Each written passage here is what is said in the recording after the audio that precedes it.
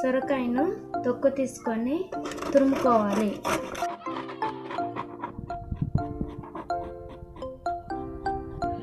సొరకాయ ముక్కను ఇలా తురుముకోవాలి. తురుముకున్న దాన్ని బౌల్లో తీసుకొని సొరకాయను మొత్తం తురుముకోవడం కాదండి, మధ్య భాగాన్ని వదిలేసి పై ఉన్న భాగాన్ని మాత్రమే మనం తురుముకోవాలి. ముందుగా స్టవ్ మీద ప్యాన్ పెట్టుకొని కొంచెం నెయ్యి వేసుకోవాలి.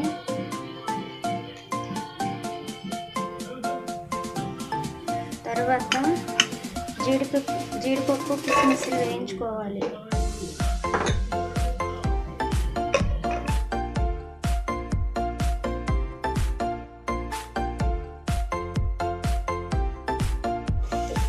గోల్డ్ కలర్ వచ్చే వేయించుకోవాలండి.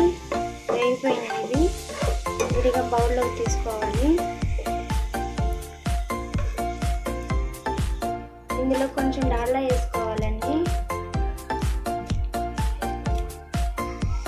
డాల్డా వేడెక్కిందండి. ఇప్పుడు తురుము పెట్టుకున్న సొరకాయ వేసుకోవాలి.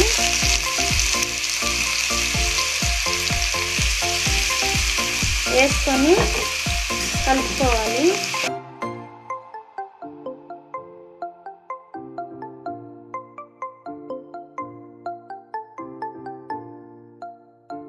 కలుపుకున్న తర్వాత సిమ్లో పెట్టుకొని మూత పెట్టుకొని ఒక 10 నిమిషాల పాటు మగ్గించుకోవాలండి. ఇలా ఒక 10 నిమిషాల పాటు మగ్గించుకోవాలి. ఎందుకంటే సొరకాయలో ఉన్న నీరు మొత్తం ఇంకిపోవాలి. మధ్యలో ఒకసారి తిప్పుకోవాలండి.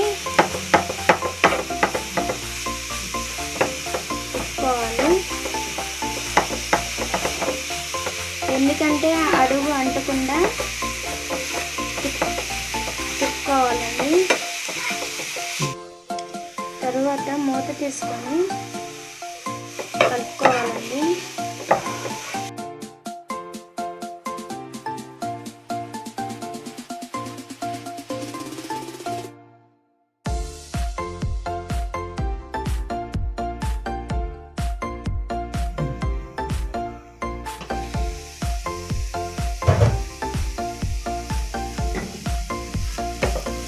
చూడండి, ఈ సొరకాయ దాంట్లో అసలు నీరేమి లేదు. ఇప్పుడు 1 కప్పు షుగర్ పౌడర్ అండి. ఎందుకంటే షుగర్ అయితే కరగడానికి టైం పడుతుంది కాబట్టి నేను షుగర్ని పొడిలా చేసుకొని ఇందులో వేసుకుంటాను.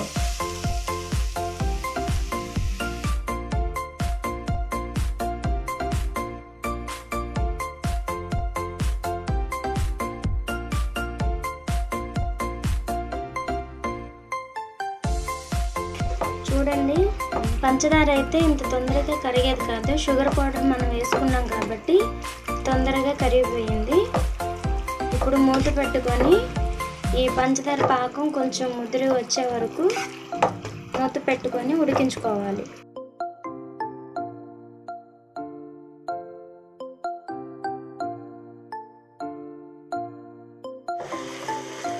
చూడండి, పంచదార పాకం కొంచెం దగ్గర పడింది. ఇప్పుడు పాలు పోసుకోవాలి.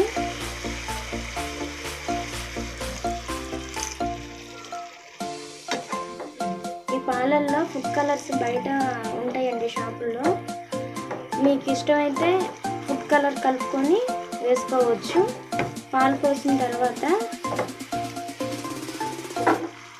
యాలకుల పొడి వేయాలండి. ఇలా వేసుకొని కలుపుకోవాలి.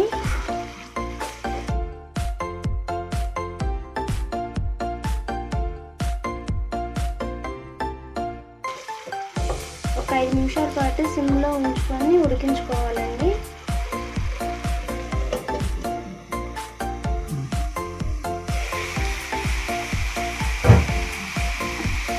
మధ్యలో ఒకసారి తిప్పుకోవాలండి, పాకం కొంచెం దగ్గర పడే వరకు. చూడండి, కొంచెం దగ్గరికి వచ్చేసింది.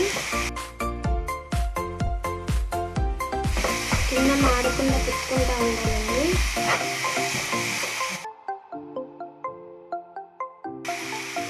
మూత పెట్టుకొని ఉడికించుకోవాలి. అయిపోయిందండి. ఇప్పుడు ఎండు కొబ్బరి పొడిని వేసుకోవాలండి. తర్వాత జీడిపప్పు కిస్మిస్ వేసుకోవాలి.